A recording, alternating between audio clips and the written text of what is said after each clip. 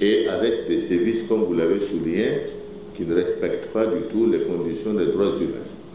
Et donc, de ce point de vue-là, nous avons eu un premier accrochage avec ces personnes-là, en arrêtant des gens qui avaient commis des sévices dans un premier temps, et en essayant de les interpeller à ce que si l'objectif est de lutter contre le banditisme dans les différentes villes et villages du Burkina Faso, il fallait qu'ils associent la police et la gendarmerie lorsque les repérages sont faits et qu'eux-mêmes ne torturent pas les gens, parfois jusqu'à la mort, eux-mêmes ne raquettent pas les gens pour prendre de l'argent, etc., etc.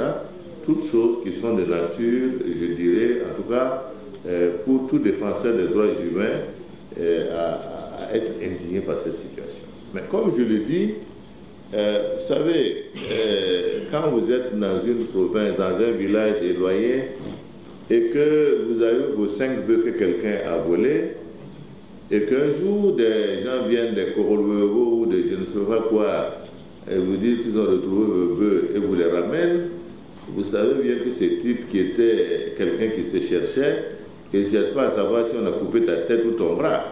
L'essentiel pour lui, il a retrouvé ses bœufs, il maudit celui qui était venu voler, et puis ça s'arrête là. Bon, donc, il y a un travail à faire, aussi bien, je dirais, d'encadrement de ce beau monde-là, et nous sommes en train progressivement de vouloir prendre un certain nombre de décisions, aussi bien sur la détention des armes à feu, sur la nécessité également qu'ils comprennent qu'il y a des limites à ne pas dépasser, et si ces limites sont dépassées, ils répondent devant les juridictions. Ça, on ne doit pas avoir de cadeau ni de faiblesse à ce niveau-là. Je pense que ça doit être clair. La dernière fois, ils ont voulu effectivement pourchasser des voleurs qui avaient fait des attaques vers la zone de la Sicile. Et les voleurs ont fui, ils sont rentrés dans une sorte de forêt, ils ont garé leur moto pour entrer et il y a des 2 Koromero qui se sont fait bousiller. On les a tués parce qu'on leur a dit rester dehors garder les motos. Les autres sont rentrés pour poursuivre les voleurs ont fait demi-tour, ils ont bousillé ceux qui avaient les voies de mobilette et ils ont tiré sur toutes leurs motos, il y en a une trentaine, ils ont tout détruit. Rien qu'avant-hier, ils ont poursuivi des gens qui avaient fait des exactions au Burkina Faso jusqu'en territoire ghanéen. Bon, je vais vous dire comment ça se déborde. Ils sont allés jusque là-bas et ils ont pu attraper 5 voleurs. Et évidemment, ils ont des problèmes avec la police ghanéenne.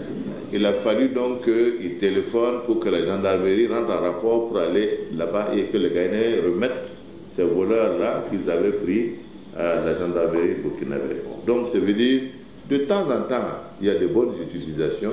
De temps en temps, il y a des situations négatives. Il y a des excès qui sont faits. Et des excès-là doivent être sanctionnés. Ça, au moins, je peux vous rassurer que sur ces aspects-là, on ne va pas faire de cadeaux jusqu'à ce que nous trouvions une base, je dirais, d'entente pour pouvoir gérer les questions de sécurité publique parce que la sécurité, ça doit être du rôle de l'État.